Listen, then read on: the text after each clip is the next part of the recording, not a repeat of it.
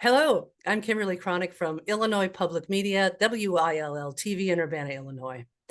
The new documentary, Mama Bears, is available for broadcast on PBS TV stations nationwide starting June 20th, 2023. Mama Bears puts the spotlight on the fiercely protective Christian mothers who advocate for their lesbian, gay, bisexual, and transgender children. And I am pleased to be able to have a conversation with Mama Bear's director and producer, Daresha Kyi. Daresha, thank you for joining me. Thank you for having me. I'm so happy to be here. I'm so glad that you made this film. It is very moving, very powerful, and very thought-provoking. So thank you for your work. Thank you. That's what I was hoping when I made it. That's what I was hoping it would be. There are many different Mama Bears groups in the United States. Some are ultra-conservative. Your film focuses on two Mama Bears, both white Christian mothers, Kimberlie from Texas, Sarah from Oklahoma, who've become political advocates for their gay, lesbian, bi, and transgender children. What makes Sarah and Kimberlie's stories important to witness in 2023? Well, one thing I'll say is that they're not just advocating for their children, they're advocating for the entire LGBTQ plus community, which is amazing to see these journeys. And their stories are important because they represent a new movement of mothers who have realized that their children are more important than what they've been taught to believe about them. They represent women who are willing to do the work of transformation so that they can truly embody unconditional love. And they set the bar high, and they set a good example for other parents who are struggling with this particular issue, with loving their children and reconciling the love in their hearts with the faith that they've been taught. There's also a third relationship in your film between a Black lesbian, Tammy, and her Pentecostal mother, Tanita, who are from California. Tanita loves Tammy fiercely, but's unable to reconcile her Christian beliefs with her daughter's lesbianism. Why is their story important to witness? I really was excited well, from the very beginning, I always wanted a Black family to be in the film. I'm a Black woman, and it's important to me to speak to my own community. But with their particular story, another aspect that excited me was that Tanita represents a lot of parents who aren't going to be out marching in the streets. They're not going to be advocating per se. They're just going to love their kids unconditionally, in spite of what they've been taught. And so I really think that that message is vitally important, that you do not have to agree with your children to love them. And Tanita, I think that's part of the reason why she came on board and agreed to appear in the film, is because she believes that you don't have to agree with your children to love them. Another thing that really moved me is the interweaving of the moms and their children, how you tell their stories that are both connected in their individual struggles. And what I saw when it comes to the LGBTQ children in the film, I saw their struggle to come out in a family and a faith that's spiritually violent and unsafe for them. I see them sort of as teachers of their parents. How do you see them? I think children always teach their parents. I think that's part of why that relationship is so fraught sometimes, is because your children are meant to lead you if you will follow them. But, a lot of times, some of the directions in which the children are going, the parents are adamantly opposed to. So it makes it challenging.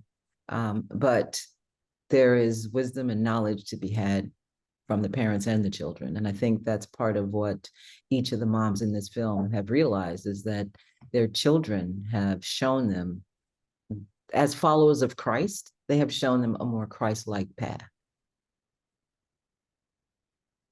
And tell me, back in the beginning, I know this was several years ago, before COVID and during COVID, you were inspired to make Mama Bears.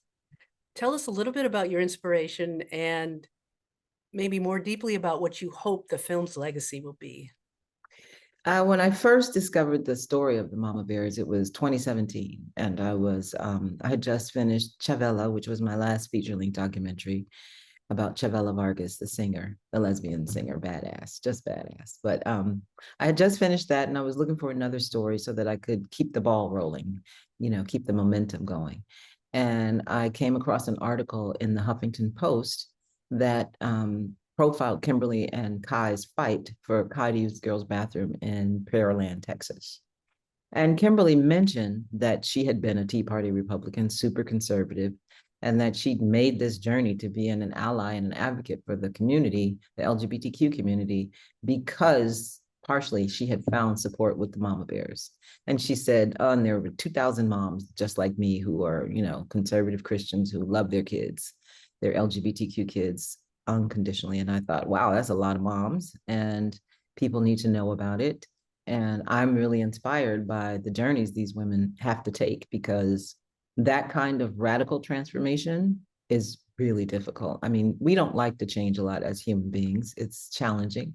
But this level of change and the risk that they take to possibly lose their friends, their families, certainly their religious communities, maybe even their faith, those are huge stakes, you know, and to be brave enough and strong enough to risk all that. I was very, very, very inspired by that, because to me, that's heroic. Those are what did Joseph Campbell, those women have to go through the dark night of the soul. That's what Joseph Campbell called it, right? And they take the hero's journey. And so that's what inspired me, was just knowing about them.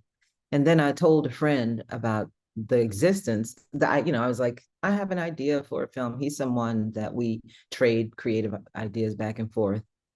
And he burst into tears, because when he came out, his mom, who was a Jehovah's Witness, had stopped talking to him for a couple of years. And so that was the first moment that I realized what the film could do, how healing it could possibly be, because he was just moved that these women existed. He hadn't seen anything, he hadn't met anybody, he hadn't read the article I read. Just knowing of their existence was enough to make him blubber, you know? I do And know. then, because when I reached out to Liz Dyer at the Mama Bears org and told her of this idea I had, she had told me that Sarah Cunningham was coming to New York in 2 weeks on her first Free Mom Hugs tour. And I was like, okay, well, you know, I have to shoot that, because I was living in New York at the time. So she was literally coming to my backyard. And so I was telling my friend about this. His name is Scotch Ellis Loring, and he actually wound up becoming an executive producer on the film, because in that moment, he gave me the money I needed to shoot with her. So I realized, okay, this film can be healing for the LGBTQ community. It could be a bridge between that community, because these mama bears are natural bridge builders. They speak the language of the evangelical community. They understand where they're coming from because they were there, but they've moved beyond that, so they can reach back, grab people, and bring them along with them, you know? And that's what they do for each other. So they're real experienced and adept at this. And I just thought, if I can amplify their message and help spread that message, you know, and help this movement grow, then I will have done my job, you know. So that's what I'm hoping the film does, is that it brings families together. It helps parents understand their children, and also helps children understand their parents. Because one of the really important lessons I got from making the film was when I interviewed a gay man who said, you know, it took me years to come to terms with my sexuality. Why would I expect my parents to do so overnight?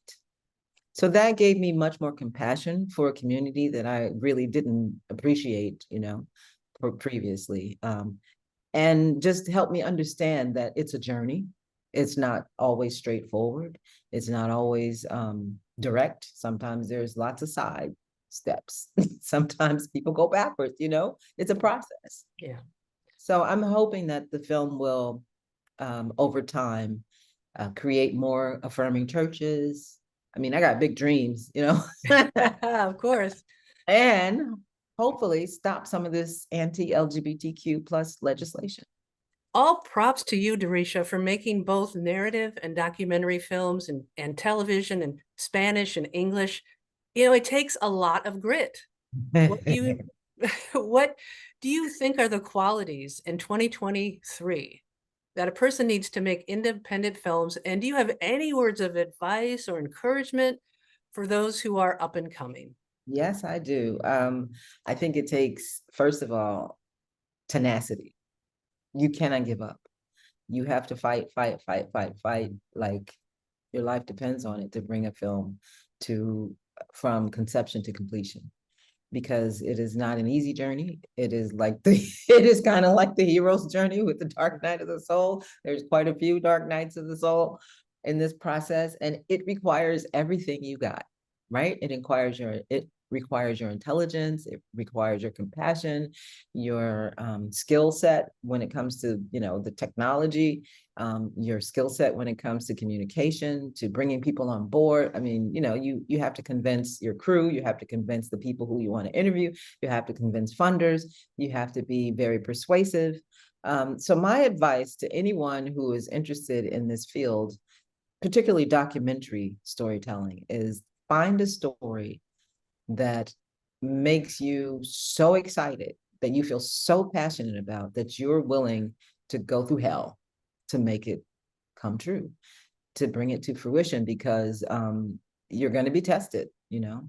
But if it's a story that you feel like only you're the only person who can tell that story, and you love that story, and you have to do it, that's the story you tell. Don't pick something that you're like, oh, that's a good idea, because you ain't gonna make it.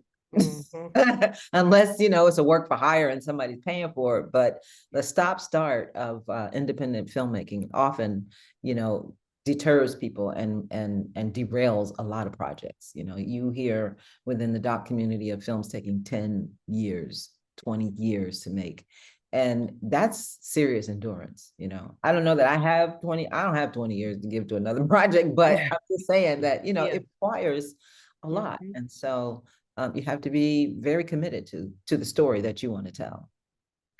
Well, I am just so deeply grateful, Daresha, for your tenacity, your commitment, for your conversation with me. I appreciate you, your storytelling, and your art, and I wish you much success. Thank you. Thank you. Thank you so much. This was a joy.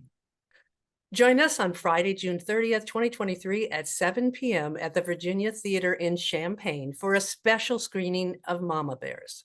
We'll watch the film together and then have a discussion with local Mama Bears, LGBTQ folks, and clergy from a local LGBTQ affirming church. Plus, plenty of Q&A between the audience and the panel. Buy your tickets online at thevirginia.org. This presentation is a collaboration between the Up Center of Champaign County, the Virginia Theater, and Illinois Public Media.